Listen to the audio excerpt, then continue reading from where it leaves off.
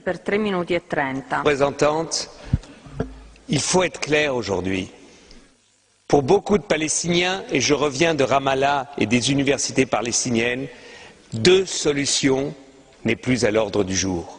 Les Israéliens n'en veulent pas, ne nous mentons pas. Israël rend de plus impossible la solution de deux États. Nous défendons avec raison deux États. Mais il faut mesurer la frustration palestinienne.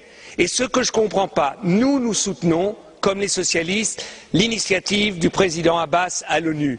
Et je trouve la phrase qu'il a trouvée en disant « En Moyen-Orient, il n'y a pas un État de trop, mais il manque un État ». Donc il dit « L'État d'Israël est légitime, mais il manque l'État palestinien ». C'est la phrase que nous pouvons tous signer. Seulement, ce que je ne comprends pas, Madame la Haute Représentante, c'est que vous arrivez ici et dites « Nous regrettons que l'Israël ait décidé aujourd'hui la construction de 1100 ». Au moins, condamnez-le et ne le regrettez pas. Dites que c'est impossible, soyez clairs. Et deuxièmement, même si nous sommes pour la reconnaissance de l'État d'Israël, de l'État palestinien tout de suite, au moins dites aux Israéliens, dites-leur, s'ils continuent les constructions, eh bien vous pousserez les États européens à tout de suite accepter la reconnaissance de l'État palestinien. Faites-leur le même chantage qu'ils font avec vous, parce qu'avec vous ils disent on va négocier et en même temps ils continuent à occuper. Faites de la politique, Madame Ashton. La politique, c'est pas de la prière. Aujourd'hui, il y a en Israël des centaines de milliers de personnes qui s'opposent à la politique de Netanyahou. Il faut que l'Union européenne, il faut que nous, ici, nous soyons sincères et Monsieur Tzanok, ne soyons pas cyniques. L'État d'Israël a été reconnu unilatéralement par l'ONU en 1947 et c'était juste.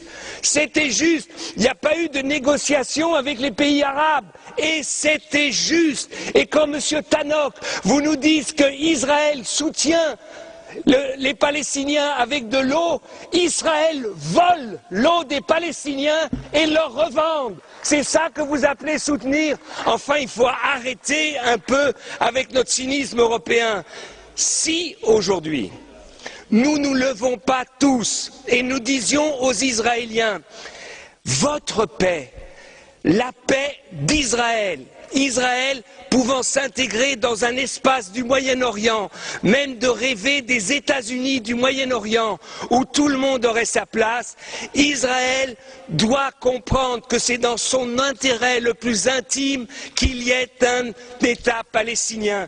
Et Madame Ashton, vous devez dire aux Israéliens, des représentants palestiniens comme M. Abbas ou comme le Premier ministre Fayyad, ils n'en auront pas d'autres et qu'aujourd'hui, si le Hamas aujourd'hui est contre l'initiative de M. Abbas, parce qu'il sait que cette initiative, c'est la seule possible pour qu'il y ait deux États au Moyen-Orient. Donc je trouve que votre position est trop faible.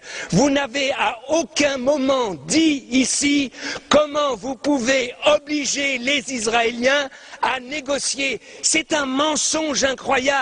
Ils disent on va négocier sans conditions parce que sur le terrain, on est en train de changer les conditions. On est en train de continuer l'occupation. Donc dites aux Israéliens où ils arrêtent tout de suite les colonies, la colonisation et la construction, où l'Union européenne soutiendra tout de suite la reconnaissance de l'État palestinien maintenant dans la 66e réunion des États de l'ONU. Si vous ne le faites pas, Madame Ashton, eh bien, vous verrez que dans 6 mois, il n'y aura pas de négociation. Dans 1 an, on en sera là où on en est aujourd'hui. Vous reviendrez ici, vous dites il faut que les Israéliens et les Palestiniens comprennent que ce n'est que par les négociations qu'ils arriveront à la paix. Ils arriveront à la paix, Madame Ashton, si nous disons aux Israéliens, des fois, et pour défendre l'État d'Israël, too much is too much, enough is enough. Si on leur parle comme ça, vous verrez que les choses changeront. Merci.